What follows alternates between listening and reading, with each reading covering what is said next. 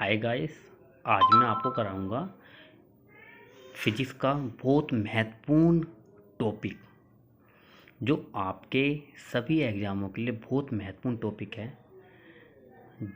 जिस टॉपिक का नाम है प्रकाशीय घटनाएं, जिसको इंग्लिश में कहते हैं बच्चों लाइट ऑफ इंसिडेंट।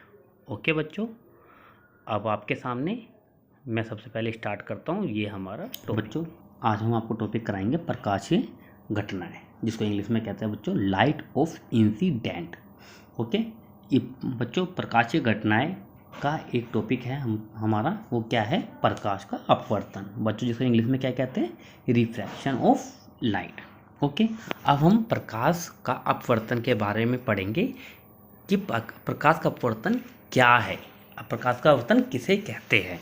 ओके, तो हम इसकी डेफिनेशन पढ़ते हैं बच्चों। क्या क्या कहता है ये? जब प्रकाश की किरण एक पारदर्शी माध्यम से दूसरे पारदर्शी माध्यम में प्रवेश करती है। बच्चों, इसका कहने का मतलब क्या है कि कोई भी किरण जब एक पारदर्शी माध्यम से दूसरे पारदर्शी माध्यम में प्रवेश करती है, कोई भी किरण जब एक माध्यम से दूसरे माध्यम में प्रवेश करती है तो दोनों माध्यमों को अलग करने वाले तल पर अभिलंब अपेती होने पर बिना मुड़े सीधे निकल जाती है। मतलब जब एक किरण एक माध्यम से दूसरे माध्यम में प्रवेश करती है तो वह बिना मुड़े, जो किरण है हमारी, वो बिना मुड़े सीधे निकल जाती है। ओके बच्चों, परंतु तिरछी अपेती होने पर वे अपनी मूल दिशा में विचलित हो जाती है। परंतु लेकिन जो क्या होता है, जो एक माध्यम दूसरे माध्यम में जो तिरछी अपाती होने पर भी वह अपनी जो उसकी जो मूल दिशा, जो पहले वाली जो उसकी दिशा थी, मतलब जो सीधी दिशा थी, ओके, उसी में वो विचलित होके निकल जाती है। इस घटना को प्रकाश का अपवर्तन कहते हैं। बच्चों, अब जैसा प्रकाश का अपवर्तन है तो इसके उदाहरण कि प्रकाश के अपवर्तन में कौन कौन से उदाहरण हैं कि जिसमें हमें ऐसा प्रतीत होता हो कि प्रकाश का अपवर्तन का नियम इसमें लागू होता हो। तो हम इसको आगे पढ़ते हैं। मैंने आपको बताता हूँ इसमें जैसे प्रकाश का अपवर्तन के उदाहरण। ओके, नंबर 1, आपने देखा होगा बच्चों, पानी में डूबी हुई छड़ी का मुड़ा हुआ दिखना। आपने देखा होगा पानी की जो बाल्टी होती है उसके अंदर कोई अगर छड़ी अगर डूबी हुई है तो वो आपको हमेशा सीधी नज़र नहीं आएगी, तो कैसे नज़र आएगी? तिरछी नज़र आएगी। समझ आई? है तो वो जो हमारी छड़ी है तो वो सीधी, लेकिन हमें कैसे नज़र आ रही है भाई? हाँ बच्चों, मुड़ी हुई। तो किसका रीजन है? प्रकाश का अपवर्तन का। नंबर 2, तारों का टिमटिमाना। जो हमारे जो आकाश में जो हमारे तारे होते हैं वो हमें हमेशा, तुमने देखा होगा, एक स्थिर अवस्था में कभी नहीं दिखते। हम देखते हैं तो हमें कैसे दिखेंगे? तारे टिमटिमाते हुए दिखेंगे हमेशा। क्लियर? वो भी किसका कारण होता है? प्रकाश का अपवर्तन का कारण। नंबर 3 पॉइंट क्या है? पानी से भरी हुई बाल्टी की गहराई का कम प्रतीत होना। कि जैसे आपकी कोई बाल्टी है, आपने कोई बाल्टी देखी कि उसके अंदर पानी है, पानी में आपने देखा वो बहुत गहरी है, लेकिन आपको पानी की वजह से वो ज़्यादा गहरी नहीं नज़र आती। तो ये भी किसका कारण है? प्रकाश के अपवर्तन के कारण होते हैं ये भी। नंबर 4 क्या है? जल के अंदर मछली का वास्तविक गहराई से ऊपर दिखाई पड़ना।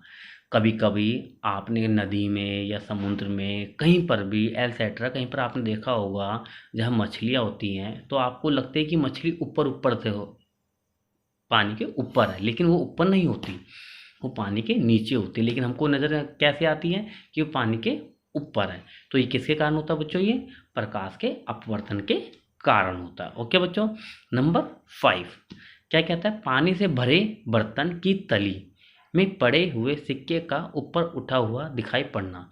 आपने कभी कभार देखा होगा पानी की बाल्टी में आप कभी उसमें सिक्का डालना, तो आपको जो आपने सिक्का डालोगे तो वो आपको पानी के नीचे नज़र नहीं आएगा, वो आपको लगेगा कैसे? जैसे वो सिक्का ऊपर उठा हुआ है पानी से।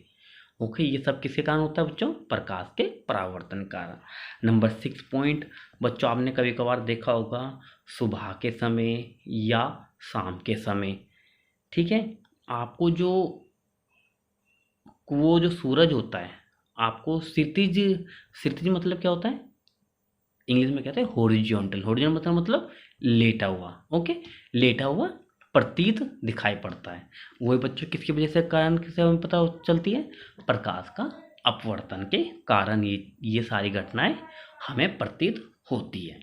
ठीक है बच्चों, अभी आप इस तरह पढ़ो बच्चों, आपको मैं वीडियो के एंड में आपको इसके एमसीक्यू क्वेश्चन भी कराऊंगा, जिसमें आपको देखते के साथ आपको समझ आ जाएगा कि हमारा आंसर कौन सा होगा। लेकिन सबसे पहले आपको ध्यान रखना है कि आपको ये या तो नोट कर लो या इसका स्क्रीनशॉट ले लो। ओके, अब हम आगे वाला टॉपिक कराते हैं आपको। आगे वाला टॉपिक है हमारा क्या, प्रकाश का पूर्ण आंतरिक परावर्तन, जिसको इंग्लिश में कहते हैं बच्चों total internal reflection of light.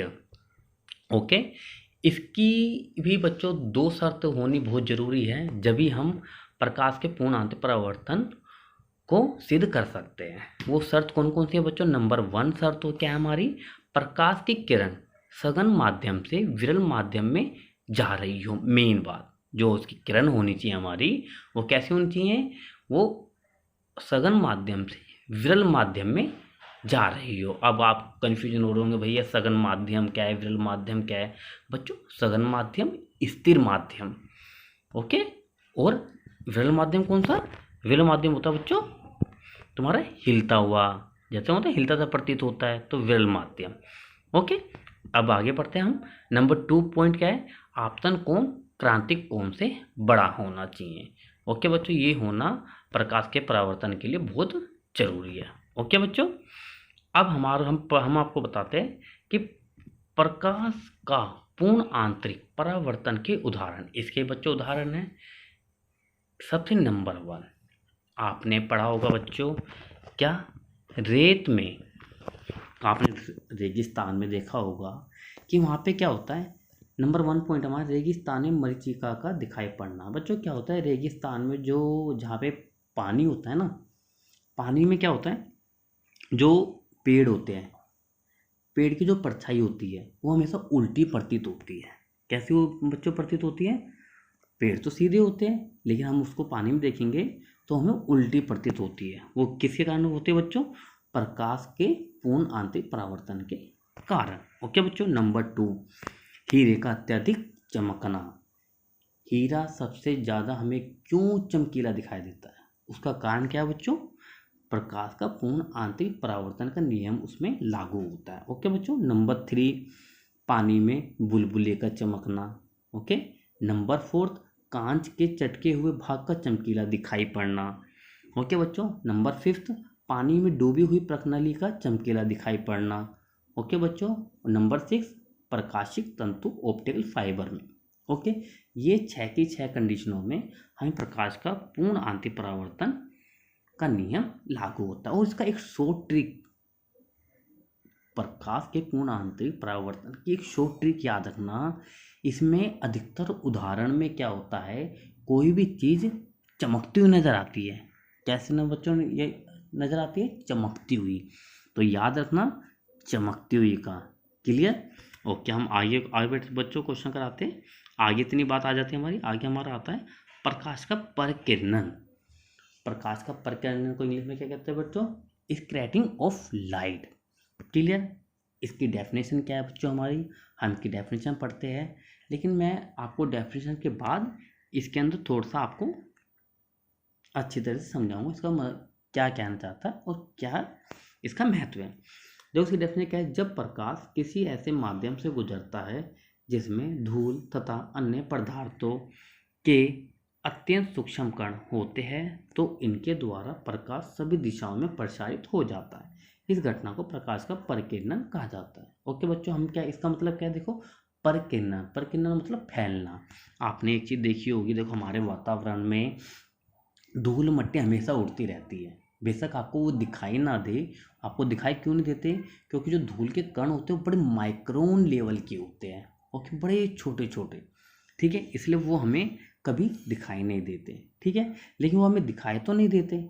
लेकिन कभी कभार क्या होता है कि जब कोई भी किरण, आपने देखा हो, कई बार देखना कभी कि आप अपने फ़ोन की जो टॉर्च होती है या कोई भी टॉर्च है उसको अंधेरे में या कभी रोशनी में उसको वैसे ही मारना कहीं पर, तो आपको सारे धूल के कण नजर आएंगे।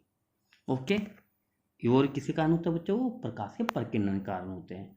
ओके, समझ आए मेरे, इसने मैंने बोला किसी भी माध्यम से जब कोई प्रकाश जब निकलता है, ओके, तो जो धूल के कण होते हैं वो जगह जगह फैल जाते हैं, ठीक है, जिसके कारण प्रकाश का प्रकीर्णन का नियम लागू होता है। ओके बच्चों, लेकिन आपको मैं वेरी इंपॉर्टेंट पॉइंट आपको बताता हूँ कि ये वाला पॉइंट हमारा वेरी इंपॉर्टेंट है, इसको चाहे आप नोट कर लो या बच्चों इसकी स्क्रीनशॉट ले लो। प्रकाश का प्रकीर्णन में बैंगनी रंग के प्रकाश का प्रकीर्णन सबसे अधिक, ध्यान रखना, प्रकीर्णन में बैंगनी रंग, कौन सा रंग का, बैंगनी रंग का प्रकीर्णन सबसे अधिक और लाल रंग के प्रकाश में प्रकीर्णन सबसे कम होता है। ओके बच्चों, ये बात जरूर ध्यान रखना। ओके, वेरी इंपॉर्टेंट पॉइंट है ये। ओके बच्चों, आगे हम कराते हैं आप बच्चों प्रकाश के प्रकीर्णन के उदाहरण। नंबर 1, आकाश तथा समुद्र का रंग नीला दिखाई पड़ना।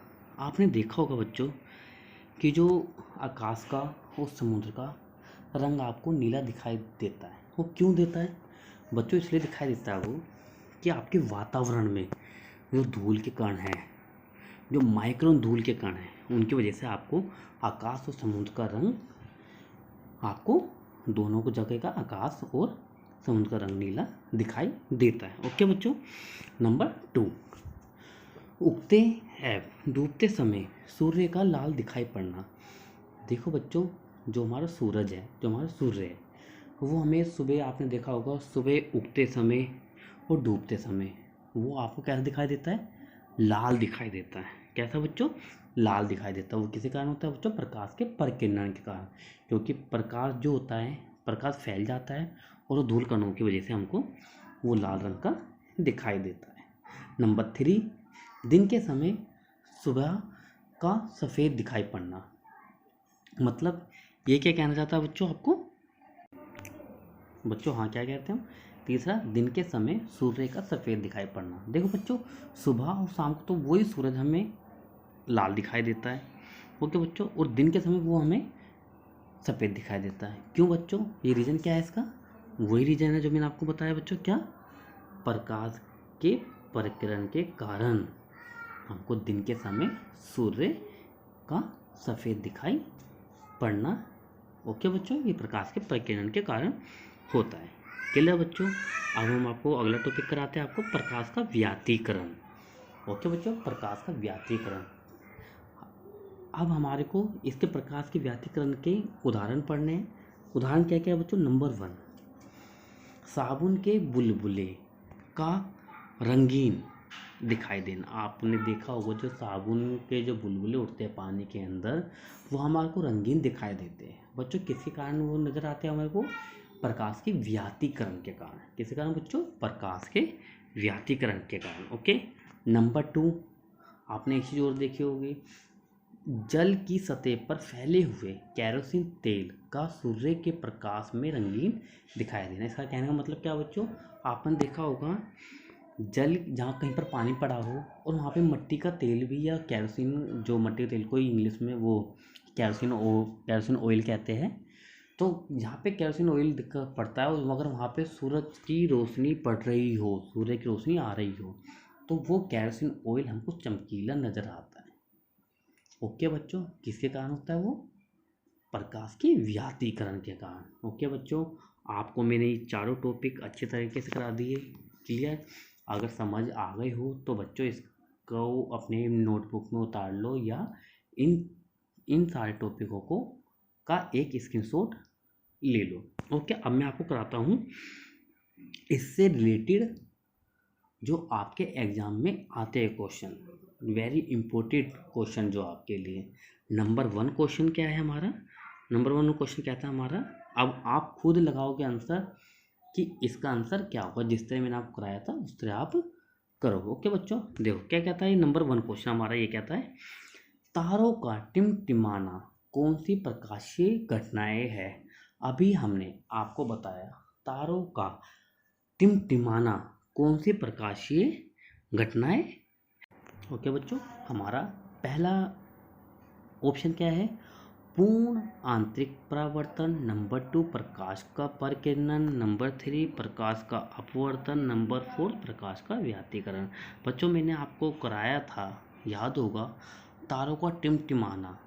जो तारे हैं जो हमें हमेशा स्थिर नज़र नहीं आते, मैंने आपको पढ़ाया था स्थिर नज़र नहीं आते, तो किसके कारण होता है बच्चों, वो प्रकाश के अपवर्तन के कारण। तो तुरंत आप उसको आंसर लगा दोगे। ओके बच्चों, नंबर 2 आपके सामने क्वेश्चन है, वो क्या कहता है, रेगिस्तान में मरीचिका का दिखाई पड़ना प्रकाश की कौन सी घटनाएं है।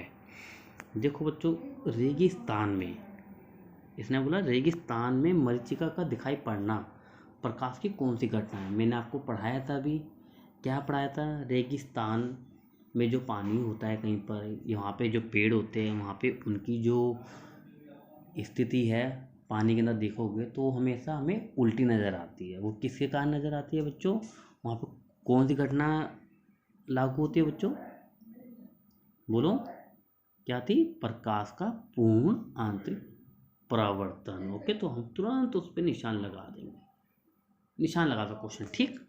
ओके बच्चों, नंबर 3 क्वेश्चन बच्चों ये अपना आप खुद लगाओगे, तुम्हें मैंने भी एक शॉर्ट ट्रिक बताई थी इसकी, क्या बताई थी। नंबर 3 क्वेश्चन कहता है हीरे का अत्यधिक चमकना। चमकना, कुछ भी चीज़ चमकने वाली होगी तो वहाँ पे आपका आंसर क्या होगा बच्चों, तुरंत आप क्या दोगे, भैया जी प्रकाश का पूर्ण आंतरिक परावर्तन है। क्लियर। आपका नंबर 4 क्वेश्चन क्लियर, क्या कहता है, आकाश का रंग नीला दिखाई देना। बच्चों अभी मैंने आपको पढ़ाया था आकाश का रंग नीला कब दिखाई देता है। आपने देखा होगा जब हमारे वातावरण में धूल है तो उसकी वजह से नज़र आता है ना। और धूल क्या होती है, वो फैल जाती है, फैलने को हम क्या कहते हैं, फैल परिकिरणन, क्या कहते हैं, परिकिरणन। तो कौन सा, प्रकाश का परिकिरणन। ओके बच्चों, इस तरह आपको सारे क्वेश्चन करने हैं और अच्छी तरह से याद करो बच्चों के। नंबर 5 क्वेश्चन आपका क्या है, साबुन के बुलबुले का रंगीन दिखाई देना प्रकाश की कौन सी घटनाएं है। इस क्वेश्चन में आपको ये देखना है कि मैंने आपको क्या बताया था कि साबुन के बुलबुले का रंगीन दिखाई देना, ओके, प्रकाश की कौन सी घटनाएं हैं। ओके, आपको इसके अंदर सबसे पहले बच्चों, सबसे पहले आपको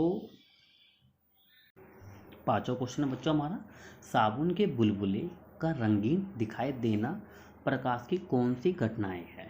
ओके बच्चों, हमने अभी ही पढ़ा था कि जो साबुन होते हैं, साबुन के जो बुलबुले हमको रंगीन कब दिखाई देते हैं, वो किसकी वजह से हमें नज़र आते हैं। बच्चों आपको हमने पढ़ाया था, अभी देखो अभी हम पढ़ते हैं इसको। नंबर 1 प्रकाश का परावर्तन नहीं हो सकता, प्रकाश का परावर्तन ये तो है ही नहीं।